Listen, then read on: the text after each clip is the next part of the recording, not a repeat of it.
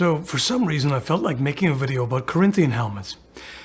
Unfortunately, in the process I was reminded of the existence of the movie that probably bothers me more than any other. 300. Now before I start, I should explain something, right? I'm of two minds about historical fantasy. On the one hand, I would never dare tell anyone what to make. Express yourself, be creative, tell whatever story you want. You know, especially in the age of AI slop, I value human-made, genuine art more than ever before. So that's all good. Don't let me tell you what to write or film or draw or whatever else, right? But, historical fantasy with direct reference to historical events and personalities and everything, it sticks to everything that happened loosely, but then it just butchers it. Like it butchers history and contributes to popular misinformation and misunderstanding, because even though people know, well, it's just a movie or it's just a whatever, it still builds a little nest in their brain. You know, in the back of their minds, there's this little parasitic intrusion that colors the way they think about history. It's been a long time since I last talked about 300. About a decade, I think. It still annoys me. Rightfully so. Is my hatred unfair? No. Well, yes and no. A little bit. So, here's the thing. The movie is not based on the historical event. It's based on the graphic novel, which is based on the historical event. So should I be angry at the comic rather than the movie? Yeah, to an extent. Not entirely. I still remember my original irritation when watching this movie back in 2006, or maybe a year later or whatever. That's what's fueling this incoming cranky, petty, and somewhat informative rant. All right, so everything in that movie is less historically accurate than a squirrel with a gun, and much less fun. Where do we even start? Okay, I think most people should be aware that Spartans or any hoplites did not go into battle looking like strippers. I can't really fault the movie for most of this ridiculousness because, well, it's sticking closely to the source material. That's just what they look like. The Chippendale Spartans is a comic thing. And I will say it's an interesting artistic style. You know, the line art and coloring and framing of the panels, etc., as well as the cinematography in the movie, the color grading and everything. It's all very distinct. I like how moody shots like this are. Like, I see what they were going for. I could rant about the effects and how exceptionally fake and weird the surroundings look, but I'm not a film critic, whatever. What really bothers me here is just the butchery of history, which again, the comic book is guilty of. I mean, in all fairness, the ancient Greeks loved their heroic nudity in art. Especially extremely caked up dudes wearing only greaves and helmets. They had a thing for that. But there's no reason to assume that they actually went into battle with their dongs flapping in the wind. And hoplites had to equip themselves on their own dime, on their own drachma, I guess. So not everybody could afford body armor necessarily. Some went with only helmet, plus shield, spear, and sidearm, obviously. But Leonidas? Yeah, he could absolutely afford armor. And the thing's, even stylistically, if you want to show what big, tough badasses these guys are, which is fair, you can do that in other ways. First off, they're not going to be on the battlefield the entire time. There are other scenes where you see them, right? You can even have some gratuitous naked scenes and whatnot. Also, even though the linothorax was more common, you see so many depictions of it, they could have gone with a bronze cuirass, a muscle cuirass, to go with all the epic, heroic look. Even with the linothorax, if you look at all these depictions of hoplites, what's the problem with that? Why not go with it? The original outfit looks more than badass enough. Also, the design of the helmets, which again is from the comic, it's just worse. I mean, I guess it's supposed to look meaner by making them more angular or whatever, but an original Corinthian helmet looks perfectly cool and badass and everything. In fact, better. Specifically the ones that have a smaller opening, which are less practical because you see less and you get less circulation. That was one of the problems. You couldn't hear very well, so they made ear openings, this and that and the other. But if you just want to go for coolness, yes, some of them look like dickheads.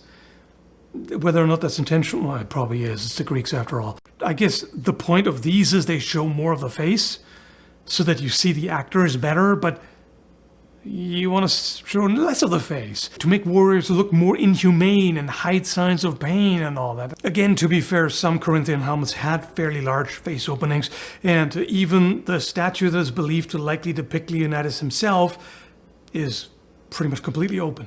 Right? So there's that. What the movie does, and comic, does with the Persian immortals is completely ridiculous. They look nothing like that. I always found that they look like weird fantasy samurai in this. Like, what the hell is going on with that? And this is personal taste and all that, but yeah. I feel like what's above and beyond personal taste is this abomination here. And again, the movie is very faithful to the source material, unfortunately. No offense to the actor, or even the prop makers. It's all very creative and elaborate and all that, but this is what Xerxes the First was supposed to look like. How do you get from there to this? Like, it's like portraying Marcus Aurelius like Marvin the Martian.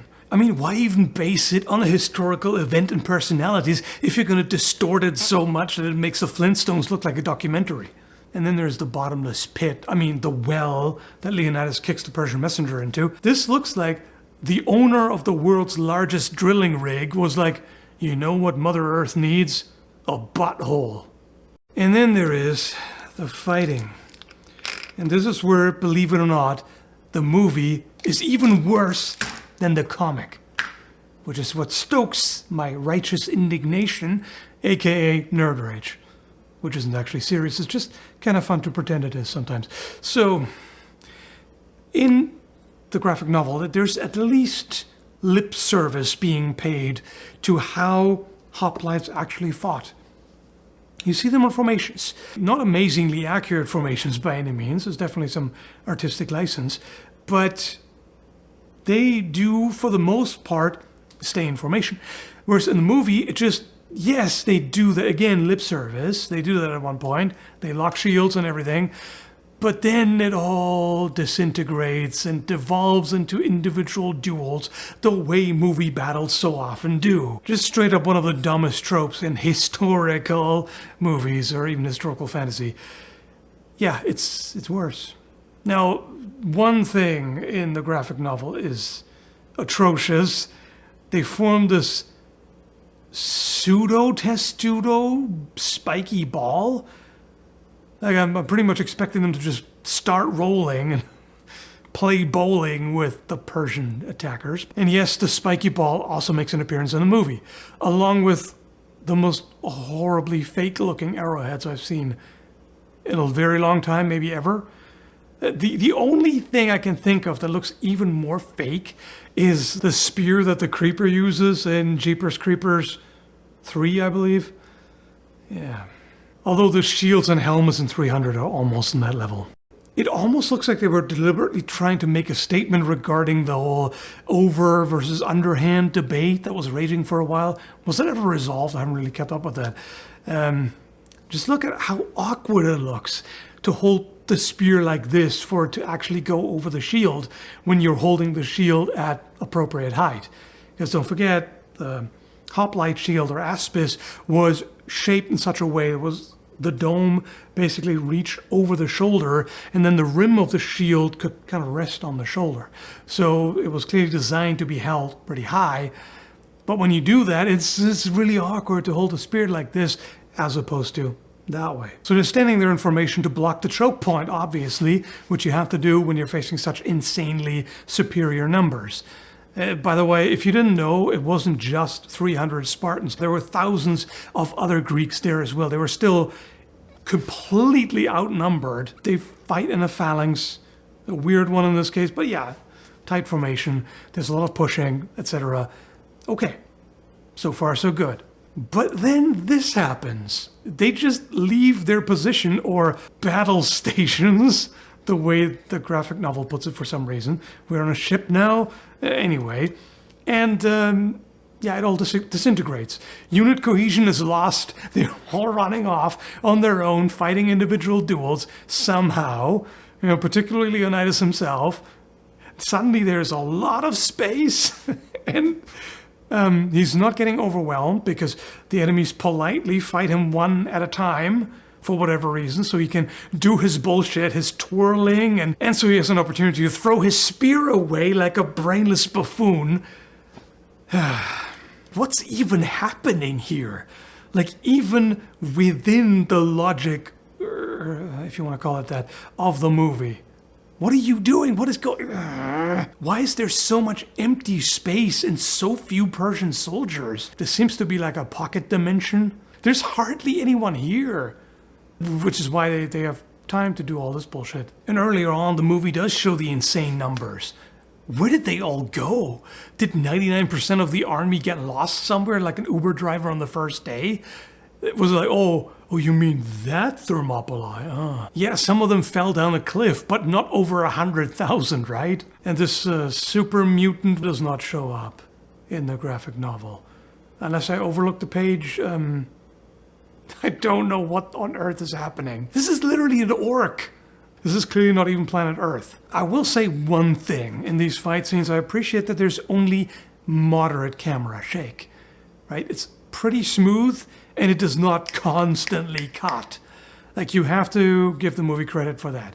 Some are incredibly guilty of that, and it's just the most irritating thing when there's a jump cut every 1.5 seconds. And it looks like the camera is being operated by a Parkinson's patient with severe alcohol withdrawal. So overall, I get the motivation to change things and ignore facts for more dramatic storytelling, to convey something particular, to make... Can't really say make the stakes seem higher because it's Thermopylae. How much higher can it get? But yes, there are, again, artistic choices where I can see what they were doing with it, both in the graphic novel and in the movie, but I still hate it. If this was only vaguely inspired by history, they didn't reference that event and the personalities and all that, I still wouldn't have been a fan of the movie, but at least it wouldn't have irked me as much as it did. Call me pedantic or a killjoy or whatever, I do love me some fantasy. In fact, generally I prefer fantasy over historical stuff, particularly in video games. You know, escapism is great and all that, but I just don't really get sticking to a particular event and then just butchering it this much, unless you go further. You know, if it's a world where it's like some kind of parallel Earth that has magic and this and that and the other, and like, you can see certain personalities, but they're completely different or whatever. Like, that doesn't really bother me. This seems like accidental caricature almost. Like, you can tell that someone knew what it's supposed to look like, but I was like, fuck that. I'm just gonna distort it into this weird thing. I should stop here. Overly long rant. I don't know why this still gets me worked up after all that time. Not as much as it did back then, but yeah, it's weird. But so am I. Thanks for watching. I'll get out of here now.